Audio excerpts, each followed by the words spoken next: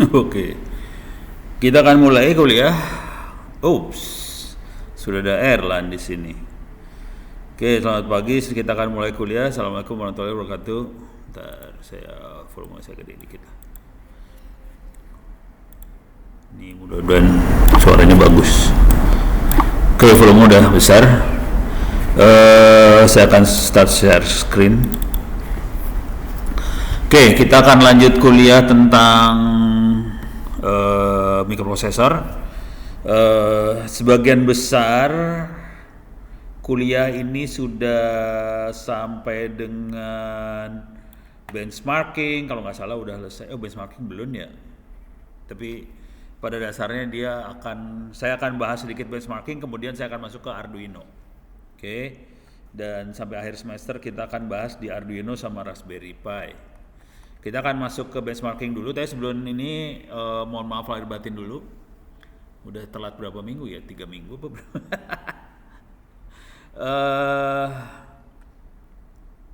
Benchmarking adalah, pada dasarnya benchmarking ngukur tentang kemampuan sistem operasi yang kita operasikan di komputer kita.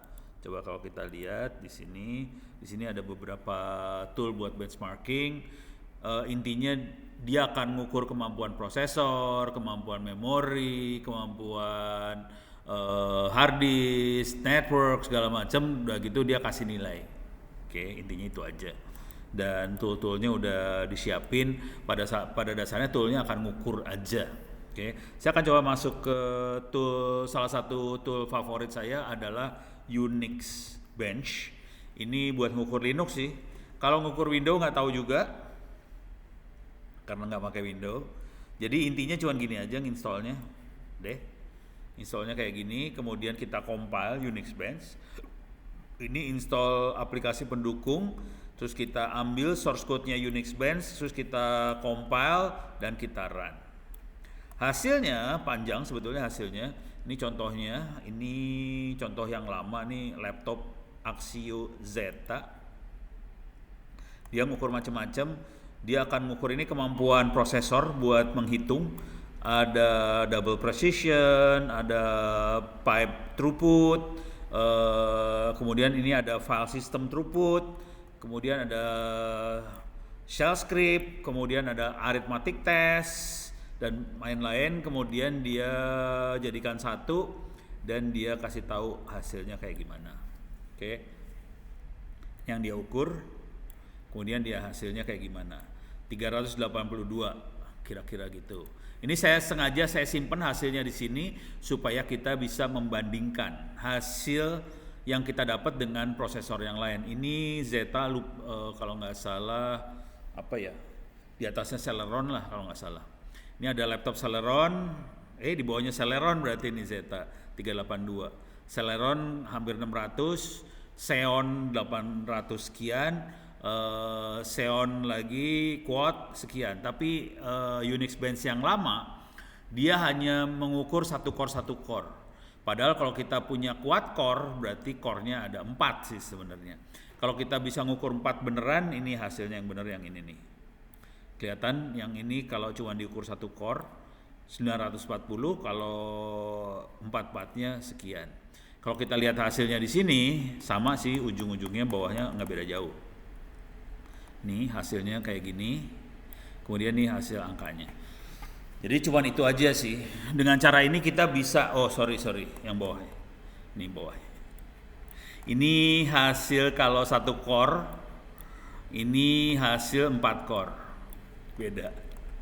Oke, ini 4 CPU in system running 4 parallel copy for testing.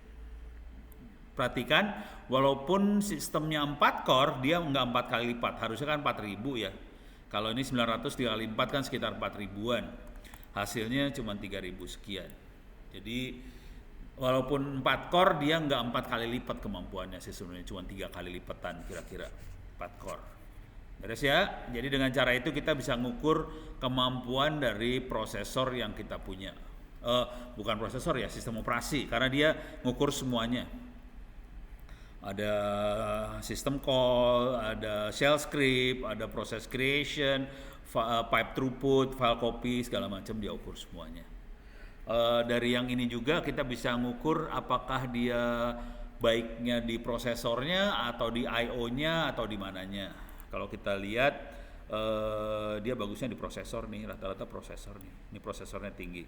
Padahal I/O-nya nggak terlalu tinggi, ada di bawah sih. Jadi prosesor akan lebih tinggi daripada hard disk biasanya. Harusnya lebih rendah nih kelihatan angkanya. Prosesor lebih tinggi. Oke. Dan itu normal banget sih. Oke, beres ya. Jadi kira-kira kayak gitu aja. Jadi caranya kita mengukur kemampuan kita bandingkan dengan sistem yang lain.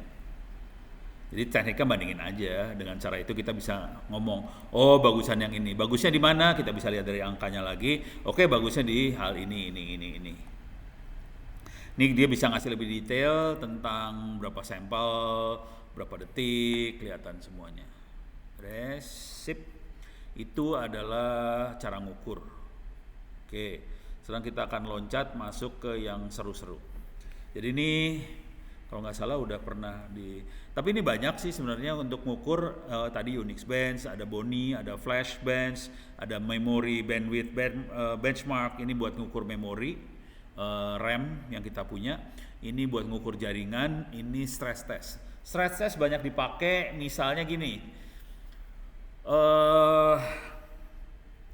Diknas, Dinas Pendidikan sebuah kota. Mereka bikin seleksi saringan masuk siswa, misalnya dari SMP ke SMA. Seringkali seleksi saluran ujian masuk sekolah dilakukan oleh Diknas. Masalahnya sebagian besar orang ini baru baca Erlan. Baru baca chatting. Sebagian besar dinas itu tidak melakukan stress test terhadap sistem yang dia buat. Jadi misalnya dinas bikin sistem untuk seleksi saringan masuk siswa dari SMP ke SMA, sistem buat pengumuman hasil saringan masuknya tidak dites sama Diknas. Dia cuma bikin aja web server, kemudian udah gitu dia pasang aja tanpa dilakukan tes. Kalau ada 1 juta orang pengen ngelihat pengumuman, sistemnya kuat apa enggak. Proses ngecek itu namanya stress test, jadi nggak dilakukan. Network benchmarking sama stress test harus dilakukan terhadap sistem supaya tidak memalukan si Diknasnya. Cuman Diknasnya biasanya nggak ngerjain itu sih, jangan khawatir. Dan kita tahu dari tahun ke tahun kalau ada Diknas bikin seleksi saringan masuk, ada website buat ngelaporin, dijamin pada detik-detik terakhir website itu akan nge-hang, nggak bisa diakses, lemot banget. Jadi harusnya dilakukan stress test dulu, udah gitu kita bisa ngelihat, oke, dengan kemampuan seperti ini kira-kira bisa dihajar sama berapa user. Jadi ini stress testnya kira-kira gini. Ini bukan buat benchmark, tapi untuk ngasih beban aja. Ini ngasih beban. Ini kelihatan ada berapa proses yang mau di stress, kita bisa lakukan di sini. Oke. Ini stress test ke prosesor langsung. Kalau lewat jaringan kita bisa network benchmarking. Kalau enggak ada Apache juga ada sih. Jadi harus dites bener sih, sistem yang kita buat itu harus dites seberapa kuat makhluk itu. Coba lihat lagi di sini ya, bisa keluar nggak? Nih ada web, ada database, ada DNS, ada file sharing. Khusus buat Diknas tadi yang laporan kita biasanya ngukur web. Oke. Nih ada banyak lagi. Ada Apache buat menghitung maksimum kliennya berapa. AB ini Apache benchmark, biasanya dia baca bawaan dari Apache langsung, bisa dipakai. Coba kita lihat di sini. Nih bisa ngelihat maksimum klien, hitungannya kira-kira gini. Total memori kali megabyte, ada proses memori bagi 73 segini maksimum kliennya, kira-kira gitu. Jadi kita harus hitung, dan biasanya jumlah klien suatu website urusannya ini termasuk Moodle ya. Jumlah klien suatu website biasanya lebih dominan bukan pada core, tapi pada memori, RAM. Berapa RAM yang kita punya di server. Semakin besar RAM-nya, semakin banyak klien yang bisa kita layanin. Kira-kira kayak gitu. Ini perhatiin, kalau kita punya memori 16 GB aja, dia cuma bisa melayani cuma sekitar 200-an klien. Bayangkan kalau Dignas masang server buat ngasih laporan, itu yang akan ngeliat kan ribuan orang tua murid pengen ngeliat laporannya. Jadi kalau cuma dikasih 16 GB dijamin bakal tewas. Dan sebagian besar server-server itu rata-rata 32 GB, 64 GB, ya sudahlah tinggal ini aja. Ini 16 diganti 64 dibagi 73 berapa? Udah dijamin halal, tewas sih sebenarnya. Jadi dengan cara itu kita bisa ngitung waktu kita ngasih konsultasi gitu ke Dignas. Oke, kayaknya servernya harus sekian supaya aman. Bagaimana caranya supaya kita punya server banyak? Oke, cara yang biasa kita pakai kira-kira kayak gini caranya. Satu server sendiri mungkin memorinya cuma 64 GB. Satu server 64. Kita pakai kalkulator ya. Kalau pakai rumus seperti ini, dia mampu berapa ini? Kalkulator. Nih. Jadi kita misalnya 64 GB kali 1024 sama dengan kurang 2048. Itu buat proses yang dipakai dia sendiri bagi 73. Jadi jumlah kliennya sekitar hampir 1000-an. 1000 klien. Tapi kan orang tua murid kan hitung aja jumlah lulusan SMP, misalnya di Tangerang Selatan, jumlah lulusan SMP-nya berapa? Pasti di atas 1000 biasanya. Tinggal hitung aja ada berapa SMP. Satu SMP 1000 siswa aja, ya udah tinggal puluhan ribu lah. Jadi kalau cuman ada satu server dipakai buat satu SMP misalnya yang lulus, udah susah nih ceritanya. Jadi kita harus punya beberapa server paralel buat melayani itu semua. Jadi caranya biasanya adalah kita instalasi beberapa server sekaligus. Konsekuensi kita instalasi beberapa server sekaligus buat ngasih pengumuman, IP address-nya bisa beda-beda. Jadi kita akan punya banyak server dengan IP address beda. Gimana caranya? Server secara fisik beda, IP-nya beda, bisa ngasih informasi yang sama, dan orang yang akses nggak usah pusing, dia bisa masuk server secara random. Jadi cara yang biasa kita pakai adalah kita punya server ini, IP-nya beda, servernya beda, memorinya sama, 64 GB semuanya, yang dijalankan pada saat harus memberikan pengumuman. Dan itu caranya supaya si user akan pakai IP secara random, kita mainnya di DNS server. Jadi ada yang namanya DNS server, tugasnya untuk melakukan pemetaan tabel. Kalau nama ini IP-nya apa? Artinya apa?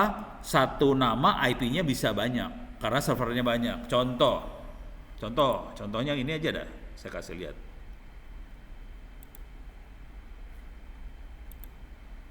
Gimana caranya satu server punya IP banyak? Misalnya inilah google.com. Wah, ini cuma satu ya. Facebook satu juga. Yang banyak apa ya? YouTube banyak gak? Nih banyak kelihatan. Ada 4 IP. Oke. Jadi nanti oleh DNS server dibikin secara random. Oke, kamu akses ke IP ini, akses ke IP ini. Kalau yang tadi Google segala macam, ini sebetulnya dia satu IP nanti masuk ke IP itu nanti dipindahin lagi ke IP yang lain nih. Sebenarnya dipindahin nantinya IP-nya. Jadi IP bukan satu sih, ada banyak IP di belakangnya itu, ada banyak server. Cuman ini satu, ini buat nge-redirect doang. Jadi bukan server bener-bener server Google-nya. Jadi dia akan nge-redirect gitu. Jadi kira-kira cara mainnya di sini nih. Jadi mainnya tadi mana YouTube yang kelihatan banget. Ini punya ada berapa IP. Jadi dengan cara yang sama kita bisa melakukan persiapan pakai DNS servernya banyak. Gimana caranya? Nah ini yang jadi masalah. Gimana caranya untuk sebuah dinas pendidikan bisa melakukan hal seperti itu? Apakah dinas harus beli banyak server sekaligus? Nggak perlu sih sebenarnya. Jadi cara mainnya harus main yang kayak ginian. Misalnya masuk ke cloudkilat.com.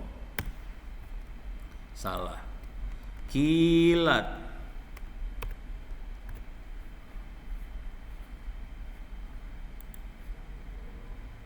Salah lagi. Kilat. Ini dia. Masuk ke Cloud Kilat.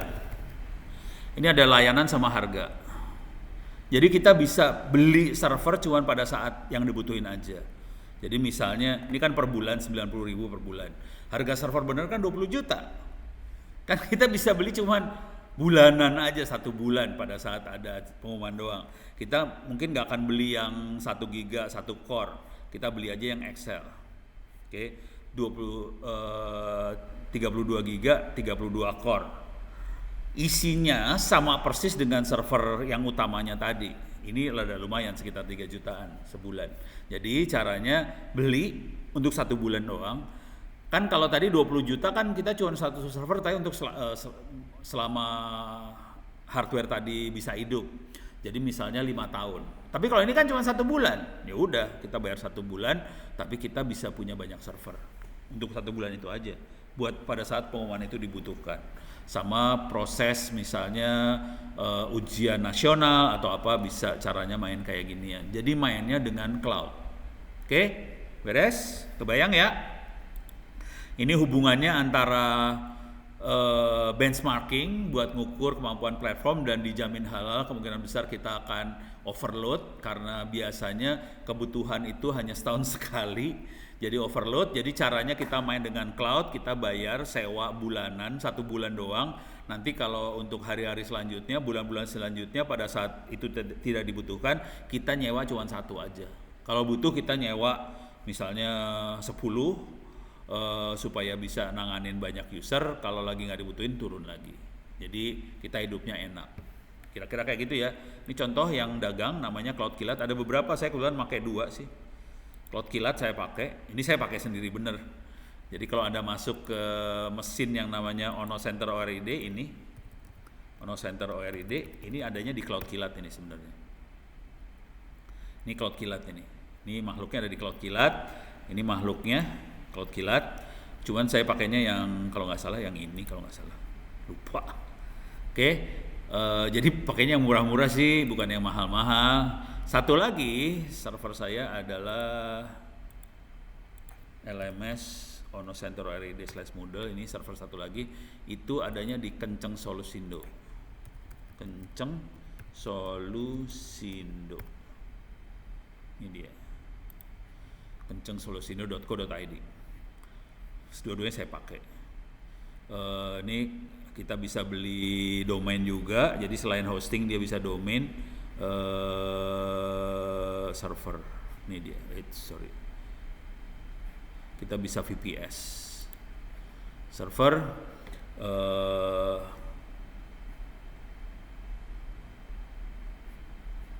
Cloud hosting. Kok nggak bisa diklik sih? Bentar. Ini dia. Kok nggak keluar? Ini dia. VPS SSD Indonesia yang ini 100.000 perak sebulan. Coba ini ada berapa IP address dedicated, virtualisasi browser KVM, unmetered bandwidth, SSD. Rata-rata semua memorinya udah SSD semua sih. Tinggal mau berapa core, berapa gede, paling kecilnya 100.000 perak sebulan. Jadi biasanya cara saya bermain, saya akan beli server yang paling murah buat development segala macam, itu saya pakai murah aja. Kalau 100.000 rupiah per bulan, berarti kan saya harus ngeluarin duit 1,5 juta lah, 1,2 juta lah per tahun. Dan itu tergantung nanti proyeknya dapat berapa, ya udah itu. Cuman kalau kita masih mahasiswa, pakai aja komputer di kampus buat eksperimen. Jadi jangan pakai komputer beneran kayak gini, masih rugi kalau mahasiswa, kasihan orang tuanya bayarin. Oke, beres ya, udah kebayang ya. Jadi cara mainnya kayak gitu. Ini Apache, dan nanti ada Apache benchmark. Ini buat ngukur sebetulnya. Nah, ini cara nginstallnya, ini cara ngetesnya. Jadi ini URL website yang pengen dites. Ini berapa lama dia connect, ini berapa banyak yang connect KC. KC itu C itu berapa jumlah klien, T berapa lama dia connectnya. Dengan cara itu kita tahu berapa kuat server yang kita pakai. Ini keluar hasilnya. Ini kelihatan, dia maksimumnya kelihatan berapa klien yang bisa connect. Nih, completed connect, fail request. Ini kita lihat di sini terutama yang di fail request ini ya, failnya ada berapa. Ini ada 20, dia nggak ada yang fail. Naikin lagi sampai dia fail. Ada yang fail nggak? Coba lihat. Ini 400 tidak ada yang fail, coba dinaikin lagi. Oh, nggak ada. Jadi harus dimainin kayak gini caranya mainin. Mainnya script sih. Kalau saya biasanya scriptnya saya program. Ini kelihatan ada 400, ada 10. Ini ada admin passwordnya segala macam dimasukin. Ini ada tes data apa segala macam dimasukin. Oke. Ini buat flooding, nge-flood ya. Oke. Jadi kita bisa script-scriptnya dikasih lihat di sini, dan saya biasanya akan ngelihatnya terutama di jumlah yang fail ini. Failnya ada berapa? Yang complete berapa? Failnya berapa? Saya tertarik pada fail pada saat berapa koneksi ada fail berapa. Jadi itu parameternya dua itu yang akan saya lihat dengan cara itu. Nah, Apache benchmark ini atau AB itu biasanya bawaan dari Apache 2 utils. Jadi dia utility milik Apache-nya langsung. Jadi waktu kita install Apache web server, kita bisa install Apache 2 utils untuk mengukur tadi. Beres ya? Ini bermanfaat banget, dan ini saya udah jadi paper journal dari kayak ginian doang. Ntar coba saya lihat. Papernya ada di Internet Offline Benchmark kalau nggak salah. Ini dia Internet Offline Benchmark. Ini ada Internet Offline Solution Detail Description Benchmarking. Ini kelihatan. Jadi keywordnya adalah Internet Offline Benchmark. Di sini ada Internet Offline Solution Detail Benchmarking. Kalau kita klik mana dia?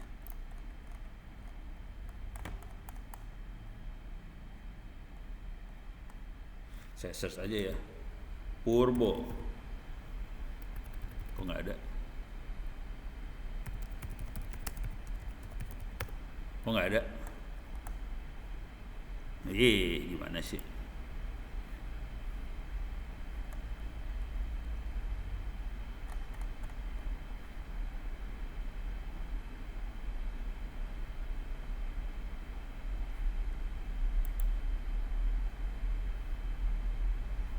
Kok nggak masuk ke sini?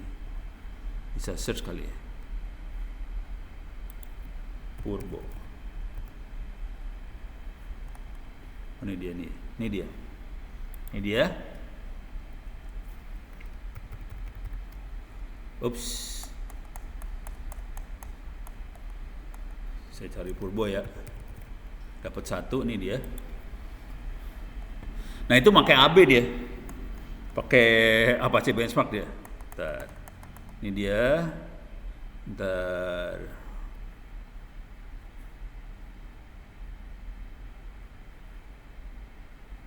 Nah, ini dia. File sharing. Ini file sharing. Ini pakai Unix bench. Kemudian mana Apache-nya? Harus baca di papernya langsung berarti. Ini saya masuk ke paper langsung ya. Silakan Anda ada di bawah biasanya. Nah ini dia. Eh, download this PDF file. Nih. Apache. Nih Apache. Next. Apache configuration, Apache web server performance nih dia. Ini perhatian baik-baik. Apache web server performance, Apache benchmark is used. Jadi saya pakai Apache benchmark buat ngukur performance web Apache ini, dan saya ngukur langsung. Ini jadi paper journal nih, kelihatan nih di sini jumlah kliennya berapa, terus dia ngedrop dia. Nih. Kalau ini di stress test using Sheets, aplikasi lagi yang lain. Ini pakai CH, mana Apache benchmarknya, ini CH semua nih.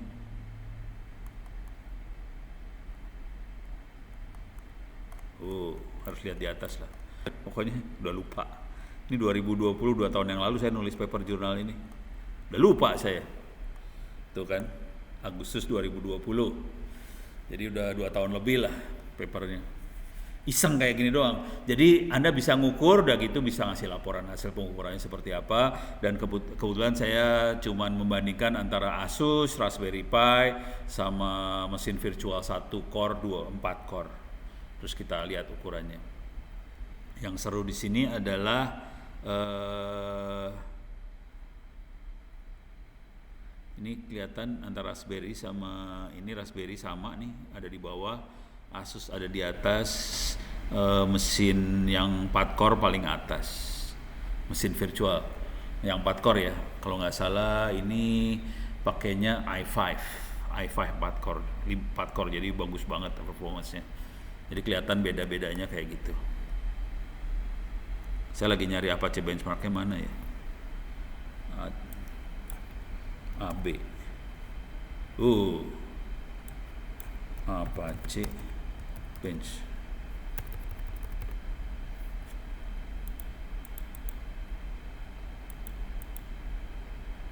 Apache benchmark. Ini buat ngeliat. Ini Apache benchmark yang ini doang ternyata. Yang lain stress test semua. Jadi kita bisa lihat berapa kemampuan dia buat handle berapa request per second, rata-rata requestnya berapa detik di handle-nya, transfer rate-nya berapa. Kelihatan untuk Raspberry Pi kemampuannya kecil, sementara yang ini yang 4 core kemampuannya lebih gede gitu. Ini cuma 7, sini 490. Ini tuan 7 request per second, di sini hampir 500 request per second, gede banget, bedanya jauh banget antara Raspberry sama komputer beneran. Beres ya? Jadi kelihatan banget. Ini pakai Apache benchmark. Yang ini stress test, pakai CH. Anda bisa lihat lagi CH kayak gimana. Makanya gampang semua nih, nggak susah sih. Beres ya? Sip. Oke.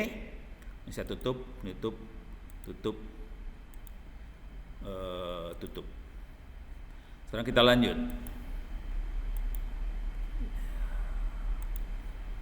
Susah banget sih. Ini nggak butuh. Oke.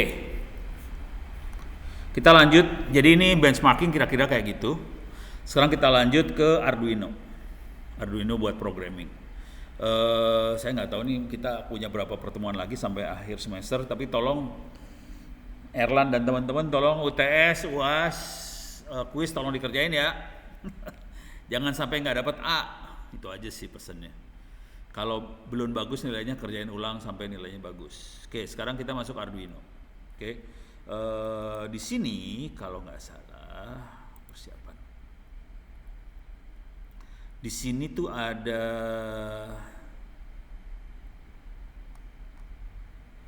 Arduino ini ada. Coba masuk sini dulu lah. Kalau nggak salah saya nggak naruh di e-learning ya, taruh di wikinya aja. Kalau nggak salah sih. Coba saya masuk. Buat belajar Arduino kita nggak perlu beli Arduinonya, tapi kalau mau di lab ada Arduino yang punya saya taruh kalau nggak salah ada 2 biji di sini. Nah, kita bisa belajarnya dari sini. Atau dari sini. Oh, sini, sorry. Dari sini ya. Dari kayak ginian. Oke. Ada buat belajarnya. Ada Tinkercad, ada Geeknesia, ada ini segala macam. Oh, ini Lucidtronics tutorial. Nih, harus dilihat-lihat ini. Saya udah lupa nih isinya apa. Tapi rasanya ada yang Arduino Web. Coba lihat bentar ya. Mudah-mudahan ketemu.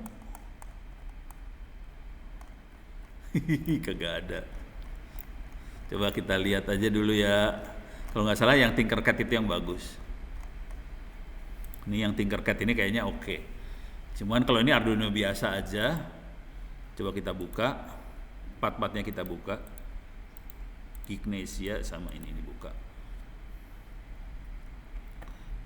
Ini Arduino biasa. Segala macam ada di sini. Bisa beli barang di mana. Jadi Arduino ada di sini semua. Oke. Nah, yang ini buat aplikasi Arduino yang kita install di komputernya kita. Versinya 1819 bisa diinstal. Di komputer saya kayaknya belum diinstal, coba. Oh, udah diinstal. Ini udah diinstal. Saya pakai versi lupa versi berapa. Ini baru diinstal nih. 1816 yang saya pakai sekarang. Sementara yang versi yang paling barunya 1819. Saya pakai 1816. Oke. Anda bisa download, bisa buat Windows, bisa buat Linux dan sebagainya. Oke. Cuman itu untuk belajarnya mau nggak mau kita perlu Arduino beneran kalau yang pakai Arduino IDE. Jadi kalau pakai Arduino IDE kita butuh Arduino beneran. Yang ini orang Indonesia, Geeknesia, orang Indonesia berarti. Nah, ini banyak contoh-contohnya dalam bahasa Indonesia, lumayan buat belajar. Cuman objektif di kuliah ini bukan belajar Arduino-nya, tapi belajar prosesornya sih sebenarnya. Jadi kita Arduino-nya nggak terlalu, sensor nggak terlalu, kita lebih ke arah prosesornya Arduino. Untuk itu saya lebih cenderung ke sini, Tinkercad. Oke, Tinkercad ini enak banget. Dan saya lupa account saya tuh yang mana, student atau personal account ya. Saya lupa. Coba sign in pakai Google. Mau nggak ya? Mudah-mudahan mau. Cus. Jadi udah saya sign in pakai Google aja ke Tinkercad. Oke. Ini 3D design. Buat 3D. Ini buat sirkuit, ini code block. Oke, ini lesson. Nah, ini dia. Jadi langsung dikasih pilihan 3D design, sirkuit, code block, lesson. Saran pertama saya kalau mau belajar pertama kali sebetulnya ke code block. Cuman kalau kita sama sekali tidak punya pengetahuan tentang elektronika, bisa masuk ke kelas yang ini. Di sini lesson. Nah, ini. Di sini kita bisa belajar rangkaian elektronika karena di Arduino ini banyak banget berurusan dengan rangkaian elektronika, dan sebagian besar dari bangsa Indonesia yang belajar informatika tidak belajar elektronika. Akibatnya rangkaiannya sering korslet, kebakar karena nggak ngerti dasar elektronikanya sih sebenarnya. Jadi kita punya masalah besar karena sebagian besar orang masuk ke jurusannya informatika tanpa punya dasar elektronika, akibatnya salah. Oke, salah yang paling fatal saya akan masuk ya. Ini contoh salah paling fatal. Yang paling fatal ini nih. Ini ada resistor. Kalau Anda belajar elektronika ini tahu resistor ini kira-kira nilainya 1,1 kilo ohm. 1000 ohm lah kira-kira. 1 kilo ohm ini ada 1,1. Warna merah tuh 1, ini 1. Ini ribuan ngasih tahu 1,1 kilo ohm lah kira-kira. Ini kita punya baterai 3 volt, ini ada LED. Oke. LED-nya belum nyala. Cuman kalau kita konfigurasi seperti ini ada LED harus benar plus minusnya ya. Ini ada masuk minus dari sini, keluar plus di sini, dikasih resistor ini. Oke, kalau kita simulasikan, Oke, dia loading dulu. Start simulasi ya. Ini nyala LED-nya. Ini LED-nya nyala ya. Stop. Ini LED-nya mati lagi. Kita start, nyala. Oke. Sekarang coba kalau kita bisa nggak kita buang ini? Gimana caranya ngebuang? Kita ngedit.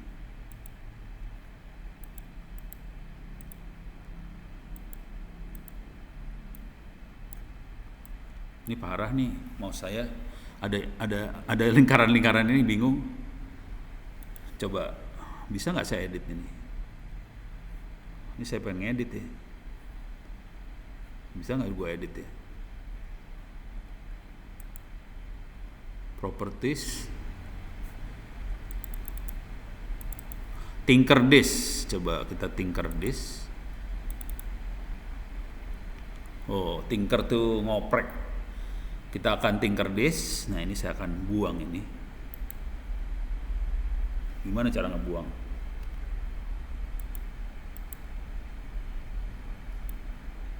Bisa kita geser-geser. Ini gimana? Bentar. Ini rangkaiannya bisa macam-macam ya. Cuman nih buangnya nih. Delete. Ini delete ya. Oke. Sekarang kondisinya kayak gini dan ini saya sambungin langsung nih ke sini tanpa resistor. Harusnya nggak boleh. Kenapa nggak boleh? Karena si LED ini jadi kena tegangan langsung 3 volt. Padahal LED cuma mampu nahan tegangan 0,7 volt. Jadi kurang dari 1 volt dikasih 3 volt langsung. Ini baterai yang bentuknya koin CR2030 biasanya dipakai di jam-jam. Kalau Anda pakai jam digital biasanya pakai jam baterai seperti ini. Ini saya langsungin, coba kita simulasi ya. Mana coba simulasinya, start simulationnya. Oke. Dia langsung nyala sih, belum kebakar. Dia kalau yang benar kebakar nih urusannya. Jadi ini nggak boleh sih sebenarnya. Oke, saya stop simulasinya. Saya delete. Nih. Jadi kira-kira cara mainnya kayak gitu. Sekarang saya akan rubah resistor. Saya ganti pakai potensiometer di sini. Potensio, resistansinya 250 kilo ohm. Ini berarti ada 3 resistor. Kalau Anda tahu kerja rangkaian elektronika, ini ujung sama ujungnya 250 kilo. Sementara yang di tengah ini variabel. Jadi variabelnya ada di tengah nih. Kalau kita geser-geser dia ada di tengah. Kok nggak bisa berubah sih? Gimana cara ngerubahnya? Ya udah. Nih kalau nggak saya giniin aja. Oh sorry. Oke. Nih gini. Oke. Sorry. Nih gitu. Oke, coba kita start simulasi. Bisa dirubah nggak? Nih. Mati dia langsung. Oke, tapi ini terlalu 250 kilo ohm terlalu ini, coba kita rubah ya. Ini ganti resistornya cuman 1 kilo ohm. Ada edge. Jadi kita punya potensi yang 1 kilo ohm ada yang jual, jangan khawatir. Coba kita start simulasi. Ini terang. Coba kita geser. Makin lama makin gelap. Nih, nyala lagi. Terang dia. Ini gelap. Terang, gelap. Jadi kalau semakin tinggi resistor, dia harus berbagi tegangan. Ini kan tegangannya total 3 volt. 3 volt harus dibagi antara LED sama potensio. Potensionya nilainya bervariasi tergantung putarannya kita. Jadi ini terang, ini berarti resistornya makin kesini makin gede, 1 kilo ohm, makin gelap dia. Jadi kira-kira kayak gitu cara mainnya. Oke, beres ya. Oh, bisa pakai slide switch juga bisa nih. Oke, sekarang saya akan stop simulasi. Ini saya buang lagi. Jadi enak sih mainnya kayak gini aja. Nah, sekarang kita akan masuk ke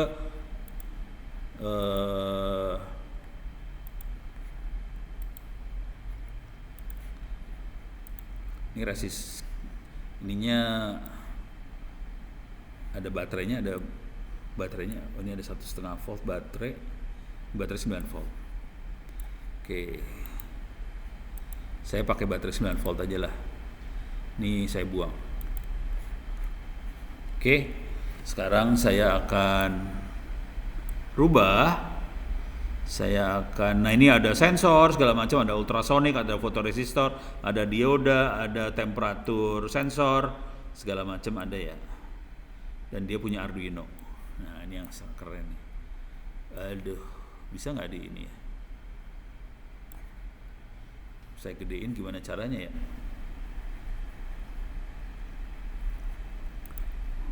Oh ini dia.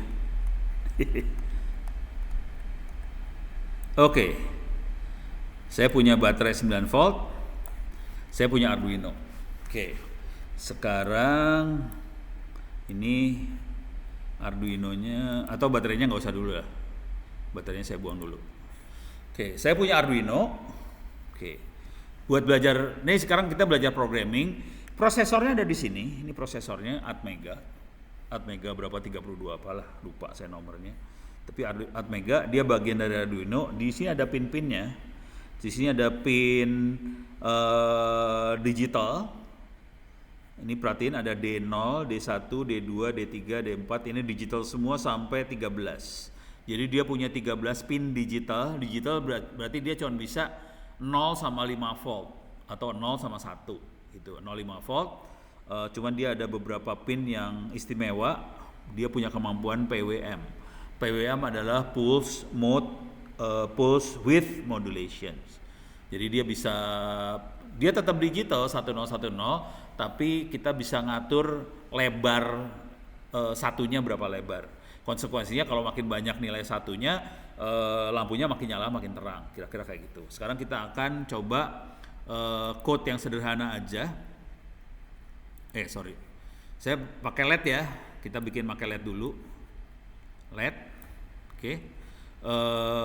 Sama resistor. Resistornya kita pakai 1,1 ohm. Oke. Resistornya 1,1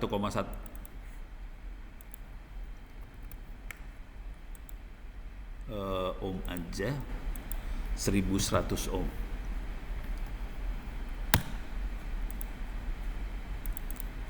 Kok nggak mau sih? Kok nggak mau berubah sih dia?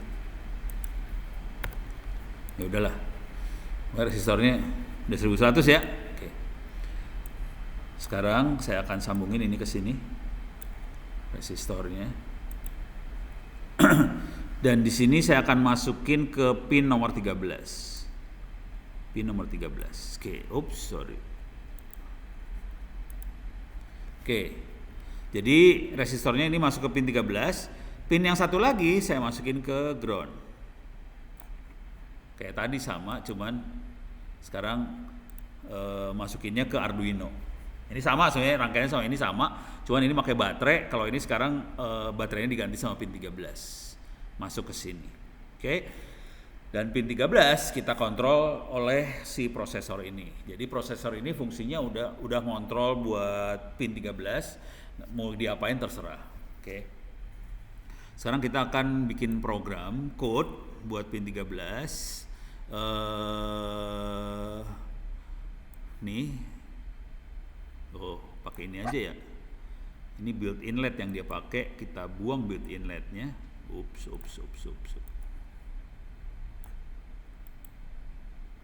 Delete block.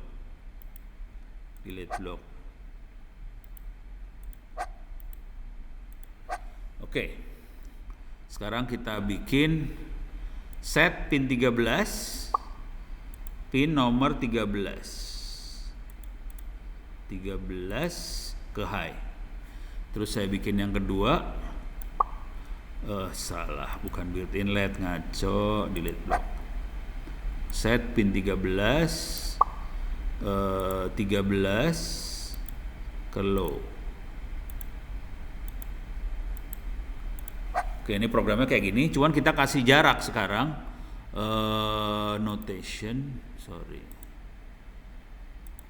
control. Gimana caranya saya kasih delay waktu?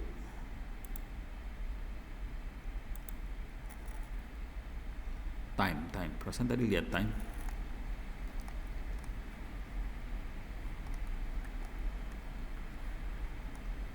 Control. Forever recent. Mana time-nya?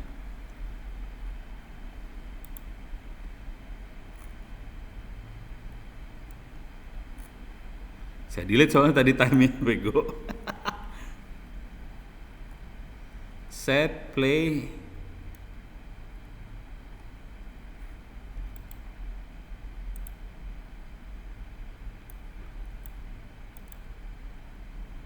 Ini math variabel.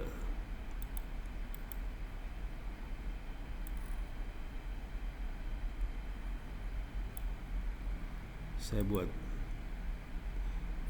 wait. Ini wait ya. 1 second.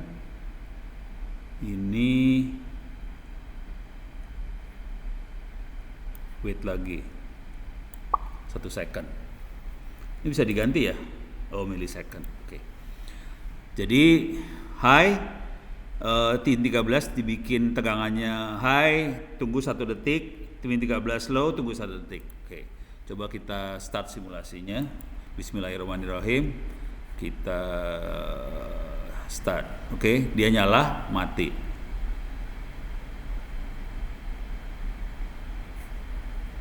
Oh, ini on start. Salah. Harusnya forever. Pindahin ke sini semua. Salah. Biar looping forever dia. Start simulasi lagi. Nyala, mati, nyala, mati, nyala, mati. Jadi caranya gitu doang. Jadi kita bisa set pin nomor berapa, nyala, mati. Jadi cuma gitu doang caranya. Beres ya. Sekarang kita bisa mainkan lagi. Misalnya kita pengen bikin lampu lalu lintas. Jadi kalau bikin lampu lalu lintas kan harus dirubah dikit ya. Jadi rangkaiannya kita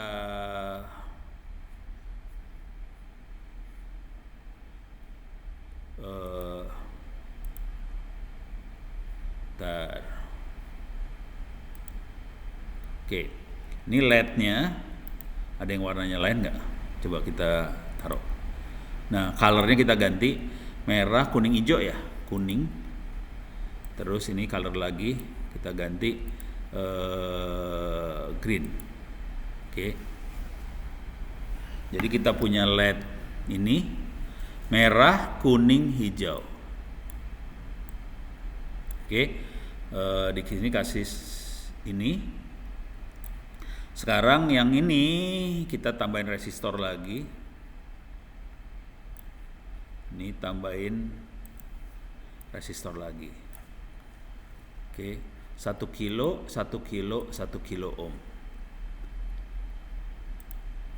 1 kilo ini masukin sini.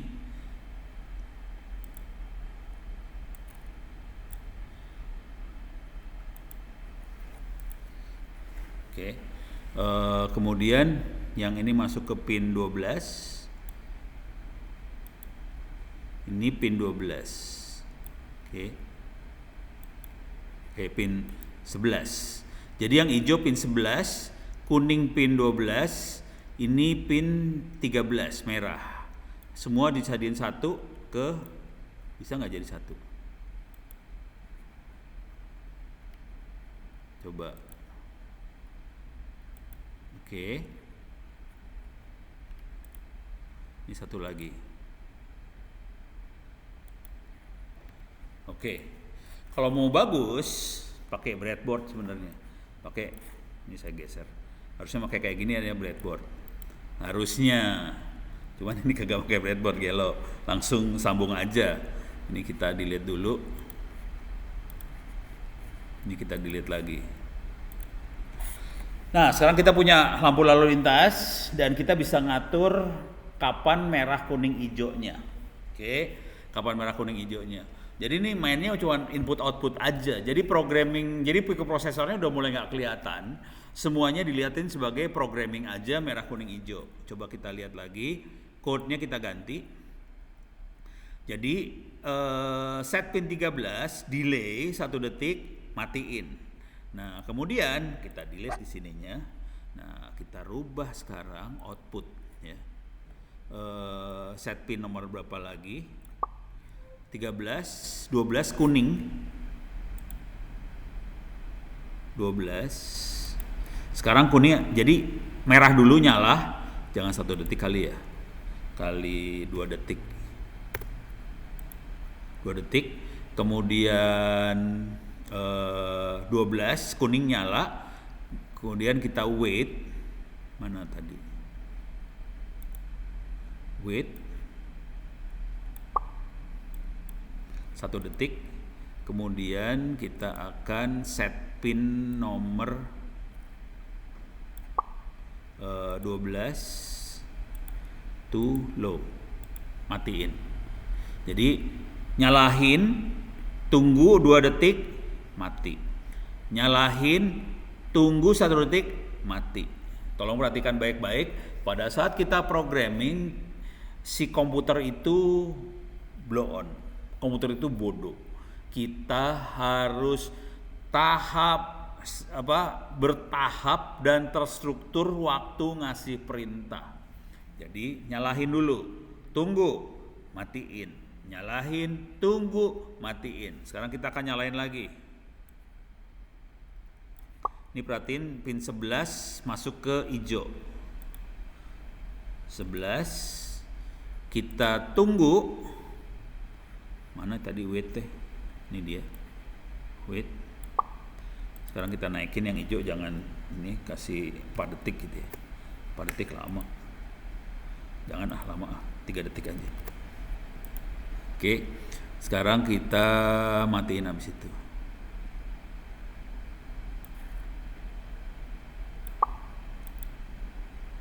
Pin 11 ya. Ini pin 11 high, pin 11-nya low. Nggak boleh salah. Jadi bentuknya gini. Bayangkan kalau lampu lintas yang ada di 4 di perapatan.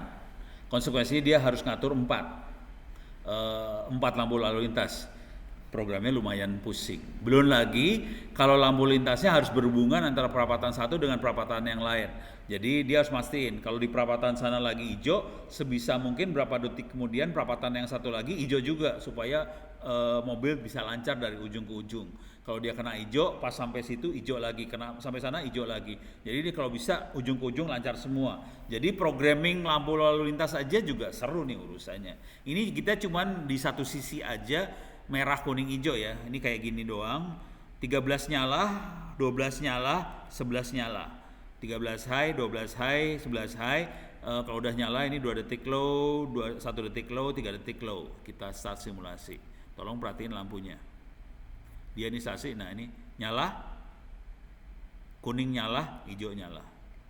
3 detik, nyala 2 detik, merah, nyala kuning, nyala hijau. Jadi bentuknya kayak gitu doang. Jadi lampu lintas kayak gitu aja. Tapi programming ini harus bertahap banget ya. Jangan sampai salah. Nah, yang perlu kita perhatikan lagi, ini ada tulisan L. Ini waktu merah nyala, di sini nyala nih. Jadi kalau di Arduino yang beneran, di motherboard ada L ini, ada lampu beneran, emang ada lampu beneran sih. Dia berhubungan sama pin 13. Jadi L yang ini pin 13. Jadi kalau kita beli Arduino baru, board baru, harganya sekitar 60 ribuan sekarang, kita bisa cara ngetesnya pin 13 dibikin klap kelip untuk ngetes apakah prosesornya jalan dengan baik apa enggak. Jadi bikin program yang tadi yang pertama kita coba, kita bikin klap kelip semua prosesornya jalan apa enggak. Oke, ini bisa dilihat di sini Arduino-nya di Tokopedia atau Bukalapak lah, bukalapak.com. Salah. Arduino harganya berapa ya? Harganya murah sih. Cuman tetap aja kalau buat mahasiswa sih, kalau bisa dapat gratis kenapa harus beli gitu ya. Jadi sebaiknya ke lab aja Arduino. Harganya cuma sekitar 60-an ribuan perak lah kira-kira. Ini Arduino. Oh, ini kit lengkap. Nih 55.000 nih. Oh, ini BMOS ya, hati-hati. Ini bukan Arduino, tapi masih berteman dengan Arduino, kita bisa pakai program yang sama, cuma nanti nomor pinnya agak beda. Ini Arduino Uno yang tadi yang kita pakai, ini yang kita pakai kayak gini, ini bener 130.000. Kalau yang ini CNC Store biasanya barangnya murah-murah nih, 77.000 juga tetap. Jadi kalau mau murah sekarang makanya Wemos. Kalau saran saya kalau lagi belajar mending pakai Wemos, soalnya udah ada wifi-nya dalamnya. Jadi ada wifi, ada Arduino-nya. Cuman konsekuensinya pin analognya cuman ada 1 kalau nggak salah. Kalau yang di Wemos, kalau Arduino ada 6 atau berapa, Wemos cuma ada 1, diganti sama wifi 1 biji. Kalau saya mending beli yang yang Wemos ini daripada beli itu Arduino Uno. 77.000 ternyata harganya, bukan 60 ribuan. Ini 8. Harga lagi naik kali ya. Parah. Harga lagi naik nih. Parah banget. Yaudah. Udah beres ya. Nah, sekarang kita mulai naikin cara berpikirnya. Jadi kita bisa ngelihat cara mainnya kayak gini. Dia bisa output, bisa input. Oke, dia bisa output, bisa input. Misal coba ini udah kita buang ini. Stop dulu simulasinya. Oke. Ini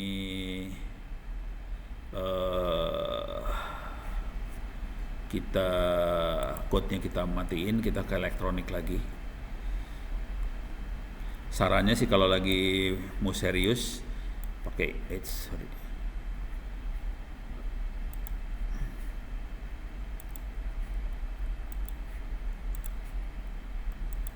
ini buang-buangin. Sekalian ngasih lihat ini ya. Ini barang-barang ini ada di lab loh, hati-hati. Jadi kalau mau belajar ada di lab, saya yang bawa waktu itu. Ada berapa biji ya? Saya dapatnya gratis juga, jangan khawatir. Ono dapat gratis, bawa ke lab aja. Jadi Anda bisa ngoprek di lab. Ini breadboard ada di lab. Ini breadboardnya, saya bawain ke sini. Oke. Ini ada breadboard kecil, kayak gini bentuknya kecil, ada di lab. Ini sebetulnya harus ngerti, breadboard ini kabelnya ada 2 jenis. Ada yang horizontal. Ini kalau kita lihat mouse-nya di arah sini dia horizontal nih, horizontal. Ini horizontal, ada yang vertikal. Ini vertikal nih, ini vertikal. Ini vertikal, ini vertikal, ini vertikal. Jadi kabelnya ada yang vertikal, ada yang horizontal. Ini vertikal, ini vertikal. Oke. Ini Arduino-nya. Kalau mau enak gini kali ya. Gini aja kali ya. Tapi susah. Udahlah ginilah. Susah. Agak miring biar ada mencong. Kalau enggak,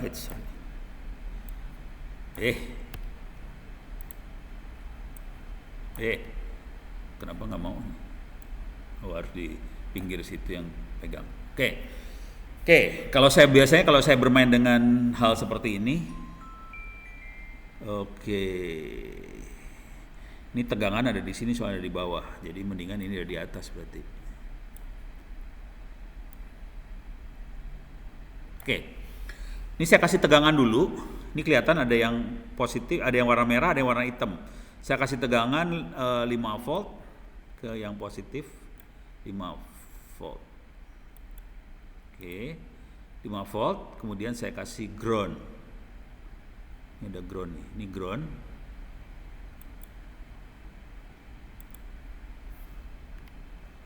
Oke. Jadi yang merah ini saya kasih 5 volt, saya kasih ground. Oke. Ini ground saya masukin lagi ke sini.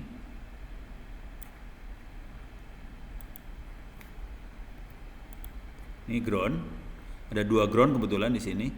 5 volt saya kasih lagi ke sini. Ini saya kasih ke sini. Iyalah. Oke. Jadi ini positif nyambung ke sini, sini positif juga 5 volt. Oke, ini groundnya saya rubah sambungannya.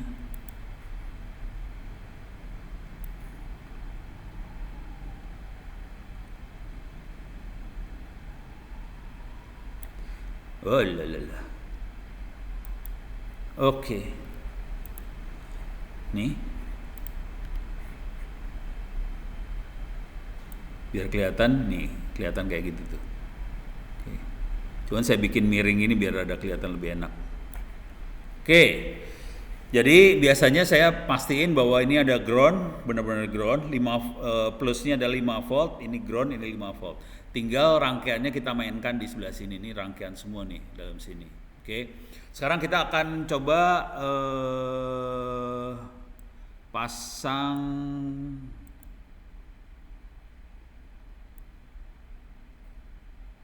breadboard, DC motor, hobi generator.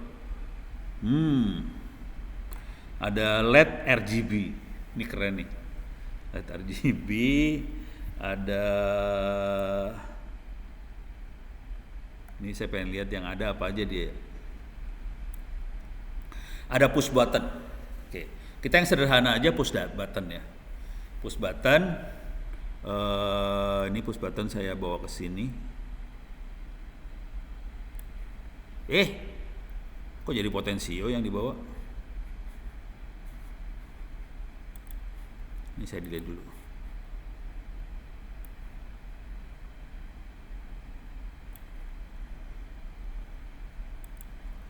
Ini push buttonnya ada di sini. 1A, 2A. Oh, oke. Ini ada 2 saklar sekaligus, di satu push button ada 2 sekaligus. Jadi kalau kita pencet, kita punya 2 saklar sih sebenarnya. Ada 2 saklar sekaligus. Oke. Supaya gampang, ini push button ini saya kasih tegangan 5 volt di sebelah sini. Tegangannya saya kasih ke sini doang.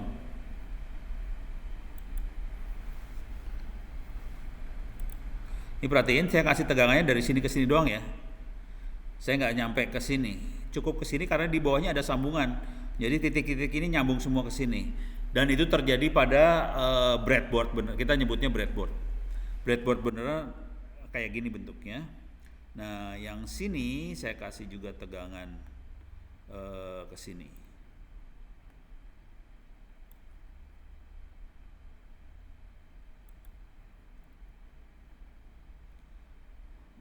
Kayaknya harusnya coba terminal 1B ke 1A. 1A 1B ini 2B 2A. Oke. Mudah-mudahan benar ya sambungannya. Terminal 1B nyambung ke 1A, 2B nyambungnya ke 2A. Kalau kita pencet berarti ini korslet nih. 2 ini korslet. Sekarang saya akan sambungin ini ke sana. Ke pin nomor 12. Oke. Jadi pin tombol ini saya sambungin ke sini ya, pin 12. Oke. Sekarang saya pengen nyambungin satu LED.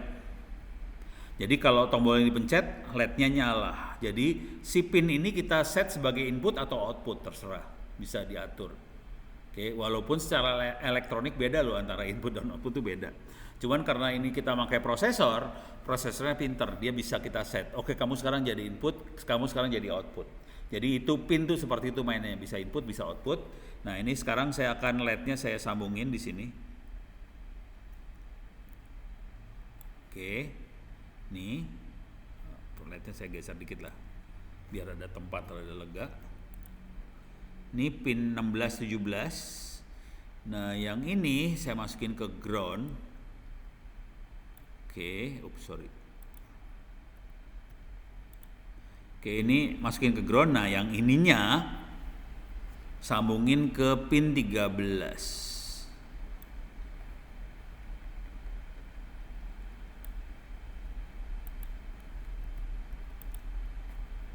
Oke.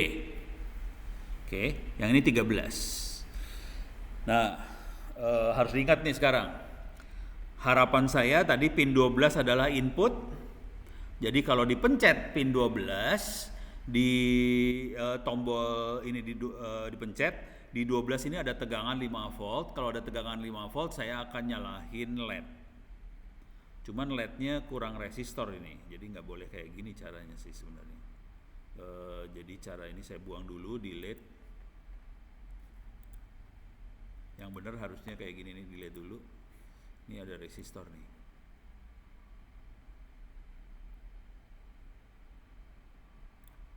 Bisa kita geser nggak ya? Oh nggak bisa ya, alah.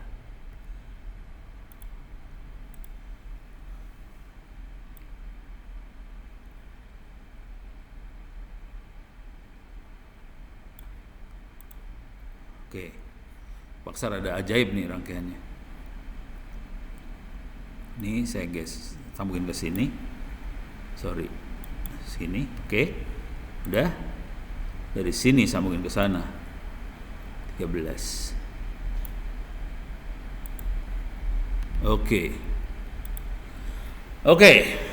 Oh, ribet. Rangkaiannya ribet. Ini harusnya dibikin rangkaian lagi bagus lagi ya. Ini bukan rangkaian bagus. Ini bukan rangkaian bagus, ini kabelnya kemana-mana nih. Dan jangan khawatir, keponakan saya, dia jurusan informatika di Unibrau. Akhirnya gara-gara dia pakai rangkaian seperti ini yang ribet, jelimet kabelnya kemana-mana, udah gitu dia bikin alat apalah, kagak tahu saya dia bikin alat apa gitu, pakai Arduino seperti ini. Yang masalah paling besar, kesalahan fatalnya dia adalah dia warnanya semua kayak gini gitu, sama semua gitu.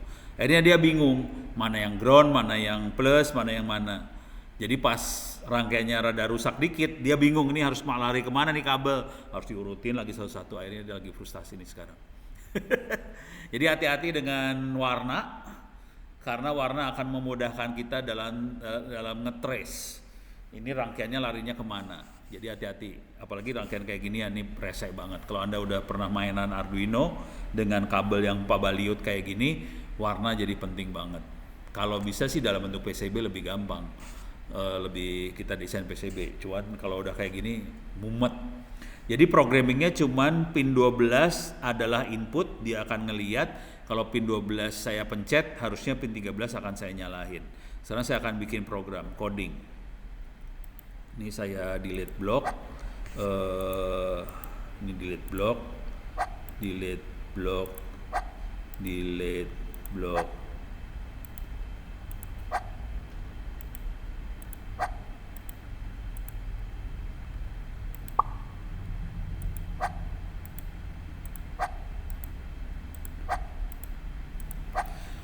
Oke.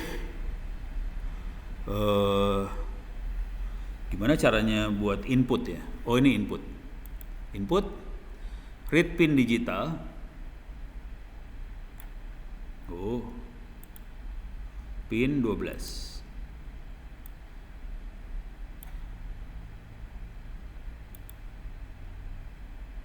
Gimana caranya? Ini bentuknya kayak gini soalnya. Nggak ada kayak gituan. Nah ini kalau input,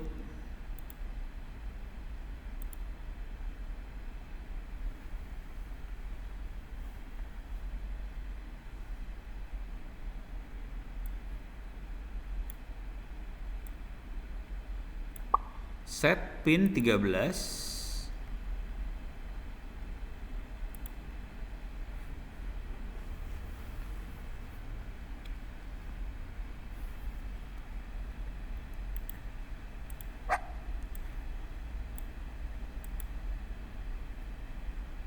Set pin 13. Oh ini kayaknya ini ya, kontrol dia. If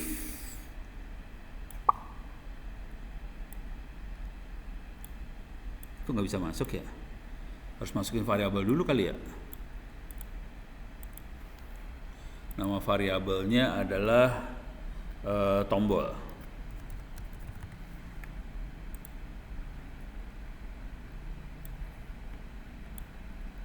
Ini variabel juga nih, read pin 13 itu variabel.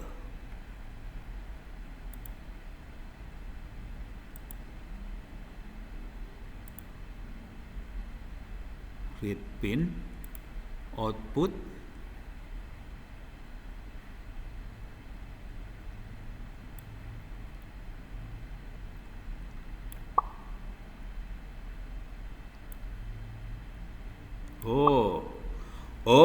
oke.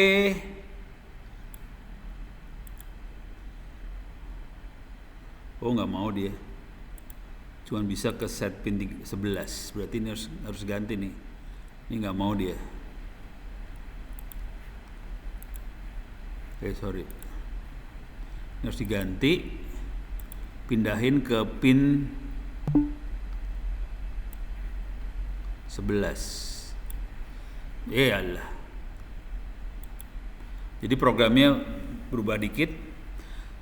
Kalau pin 12 dipencet, pin 11 nyala. Kira-kira kayak gitu. Oke, coba kita lihat sekarang. Set pin 13 to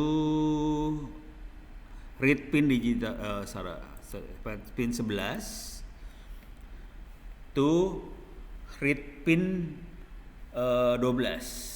Jadi kalau kita pencet pin 12-nya jadi 5 volt. Oke. Terus harusnya dia akan nyala. Kalau kita lepas pin 12-nya juga 5 volt. Salah dia. Gimana caranya kalau dilepas dia jadi 0?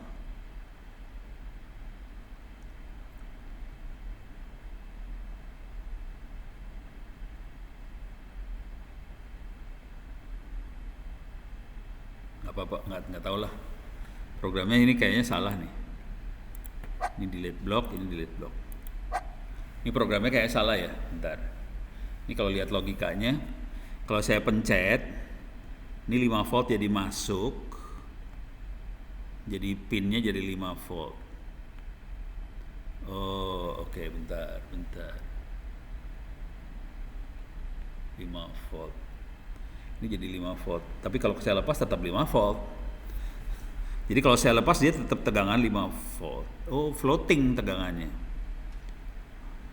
Tegangannya floating ini.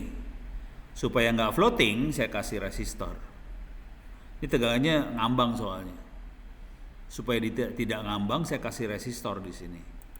Oke, saya kasih resistor. Di sini saya kasih resistor ke ground. Ini ground. Gini aja ya, biar enak lihatnya. Oke, saya sambungin ini ke sini.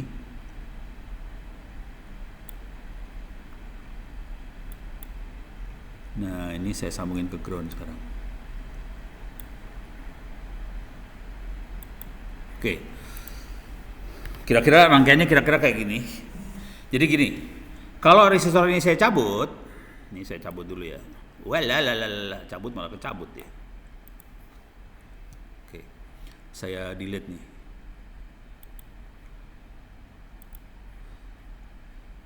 Kalau resistor saya delete,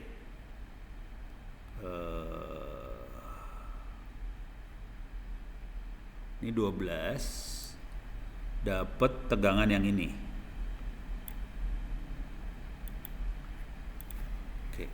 Perhatiin kalau resistor tombol saya delete, ini ground akan nempel ke 1 kilo ohm, tapi tegangan kalau tidak ada arus harus ngerti bahwa tegangan yang lewat satu resistor adalah V sama dengan I kali R. Karena I-nya arusnya 0, tidak ada tegangan, ini tegangannya di sini 0, konsekuensi di sini 0, masuk ke sini 0, masuk ke sana 0. Jadi kalau nggak ada resistor, semuanya 0.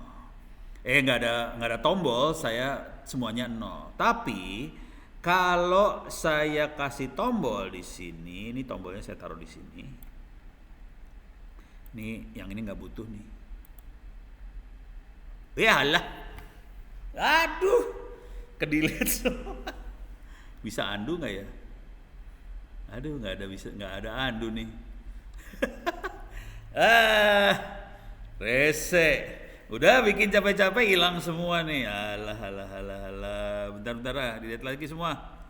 Aduh, kita bikin cepet lah sekarang. Ini delete. Biar kebayang cara kerjanya dia gimana. Ternyata saya salah. Ke-delete yang breadboardnya. Iya.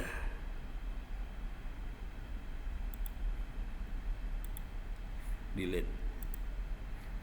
Waduh, bahaya banget ya.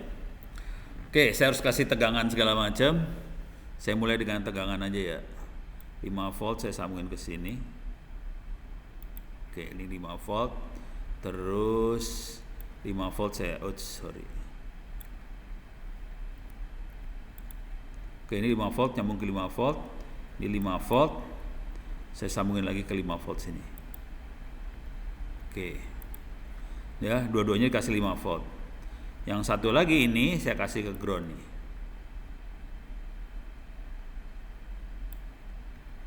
Iyalah. Ground. Ini saya masukin ke ground lagi ya. Oke. Jadi ground 5 volt, ground 5 volt. Jadi ini udah ada tegangannya 0,5 volt, 0,5 volt. Sekarang urusan LED-nya dulu lah biar gampang. Saya butuh LED. Di sini saya kasih LED. Ini saya kasih LED di sini ya, LED. Oke. Ini harus masuk ke ground. Masuk ke ground nih. Iyalah. Salah. Ulang. Ini masukin ke ground. Oke. Ini yang plusnya, ini perhatiin plusnya, kenapa saya bisa tahu plus? Yang ini lurus, yang saya itu bengkok. Tapi ntar kalau lihat tuh, yang satu ada yang bentuknya L, yang satu bentuknya kotak gede. Kalau lihat dalam LED-nya, bisa nggak ada LED nggak? Ada gambar LED nggak?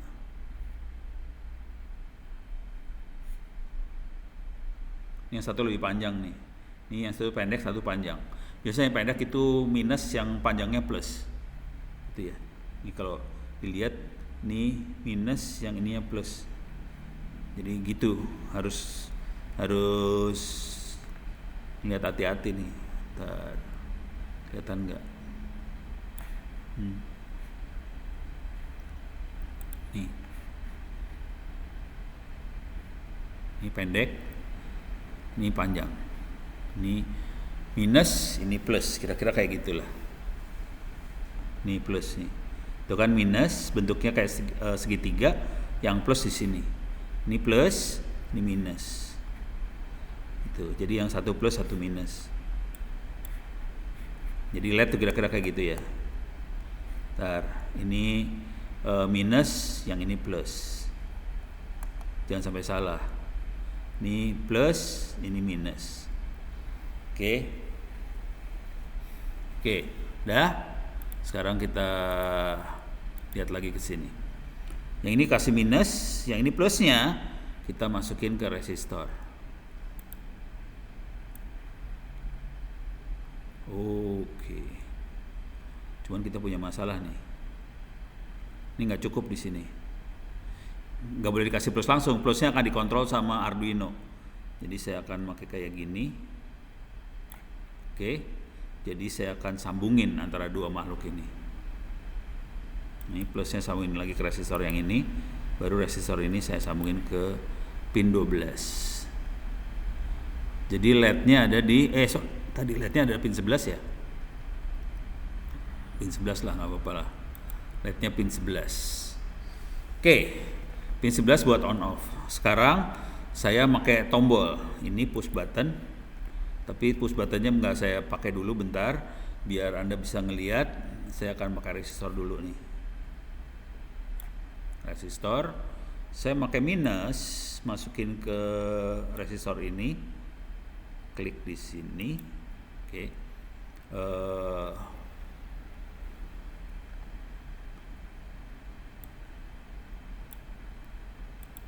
Masuk sini, kemudian ini kalau kita lihat ini minus, resistornya dapat minus. Nah di sini saya sambungin langsung ke pin 12. Jadi pin 12 dapatnya minus semuanya. Kapankah pin 12 akan dapat positif? Kalau ini saya kasih tegangan positif, dia jadi positif. Kenapa dia nggak dapat minus? Karena ada resistor 1 kilo ohm. Jadi ini 5 volt kena ke 1 kilo ohm, jadi nggak langsung 5 volt di short sama negatif. Kalau 5 dikenain sama negatif langsung, kebakar langsung karena arusnya jadi kegedean. supaya arusnya tidak besar antara plus 5 volt sama ground ini lewat resistor. Karena resistornya 1 kilo ohm, jadi tegangannya 5 volt dibagi 1000. Jadi arusnya adalah 5/1000 ampere, kira-kira kayak gitu. Jadi 5 berapa tuh? Bagi 1000 5 milivolt. Jadi udah modenya udah milivolt lah kira-kira. Udah milivolt udah oke, nggak masalah. Nah sekarang gimana caranya supaya ini nggak langsung kena plus? Saya kasih push button di sini. Ini push button. Ini saya sambungin ke plus ini. Oke. Jadi push buttonnya kalau saya pencet ini jadi dapat 5 volt. Kalau nggak saya pencet dia dapatnya 0 volt. Kira-kira kayak gitu. Beres ya. Sekarang kita bikin programnya.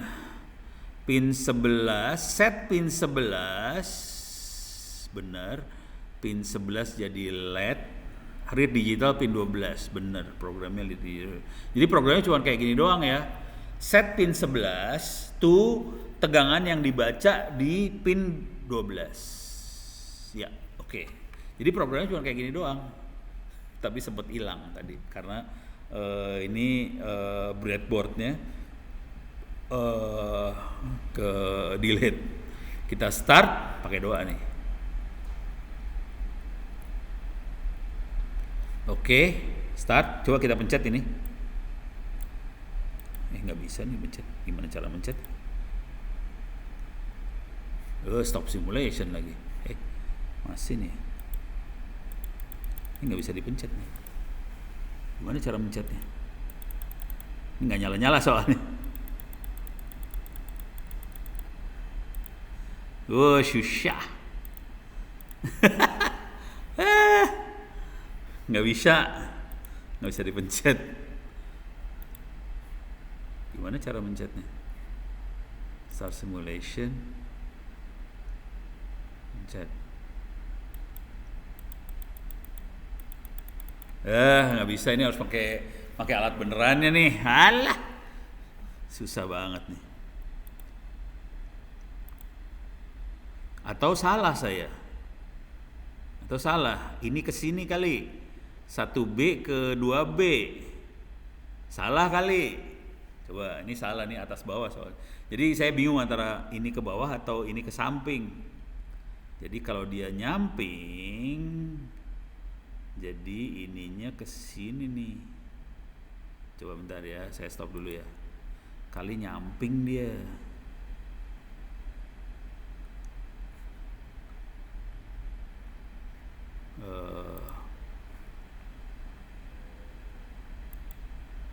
Saya delete dulu. Sekarang yang ini yang saya ajar. Kasih 5 volt.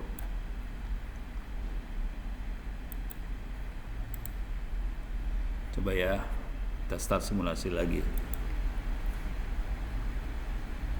Bismillahirrahmanirrahim. Oh nyala nih. Oh nyala dia.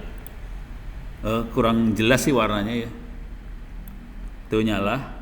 Saya tarik mati, nyala, mati. Nyala, mati. Coba ini kalau saya short langsung, saya stop simulasi. Ini code. Saya buang nih ya. Saya buang. Saya kasih tegangan langsung 5 volt langsung biar seharusnya nggak boleh sih kebakar ini. Saya lagi gila soalnya sebel. Saya kesini langsung. Oke. Ini langsungin. Jadi dari 11 langsung ke sini. Oke, coba lihat code-nya bener. Digital pin 11-nya sesuai dengan yang itu. Oke. Coba kalau saya start. Bismillahirrahmanirrahim. Tuh, agak lebih terang dikit lah. Tuh nyala dia. Saya pencet, nyala, saya lepas, mati. Pencet, pencet, nyala, lepas, mati. Jadi programnya seperti itu ya, input output. Oke, sekarang udah jam 11:30. Nggak kerasa udah 11:30 aja.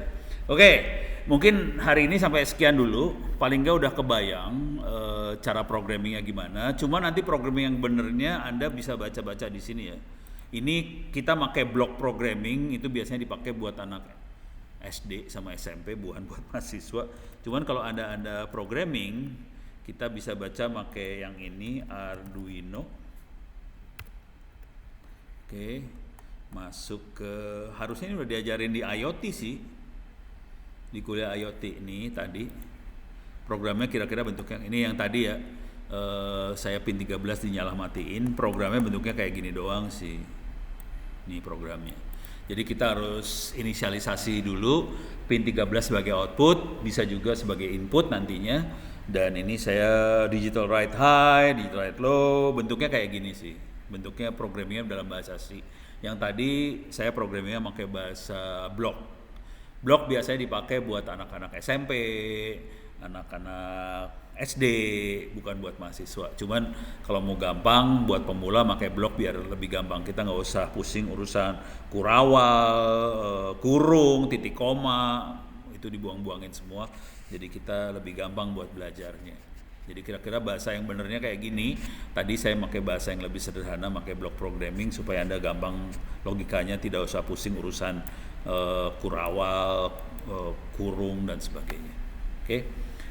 Dan delaynya juga udah gampang. Tadi saya delay 1 detik, ini 1000 milisecond nih, 1000 milisecond maksudnya. Ini wait for a second. Jadi 1000 milisecond kan 1 second. Oke. Sampai sini dulu. Ada pertanyaan nggak?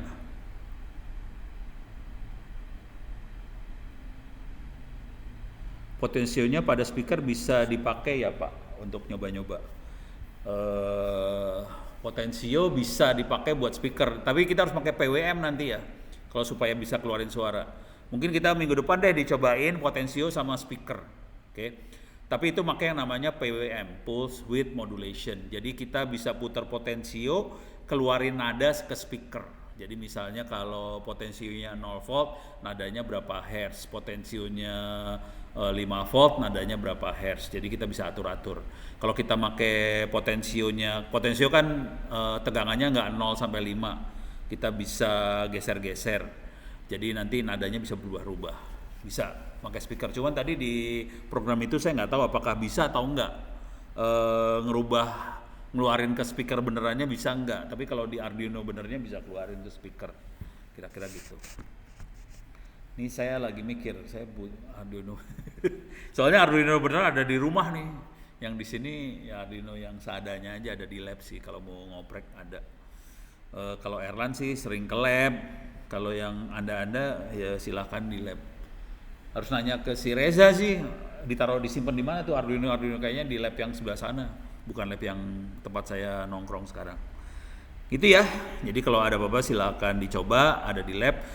Nggak tahu sih, harapan saya ini kuliah ini udah pernah diajarin sama dosen yang lain, cuman kayaknya dosen yang lain ngajarnya nggak kayak saya sih. Marah. Ya udah, kita ketemu lagi saya minggu depan. Mudah-mudahan Anda semua sehat. Billahi taufiq hidayah. Assalamualaikum warahmatullahi wabarakatuh. Saya tutup sekian dulu ya.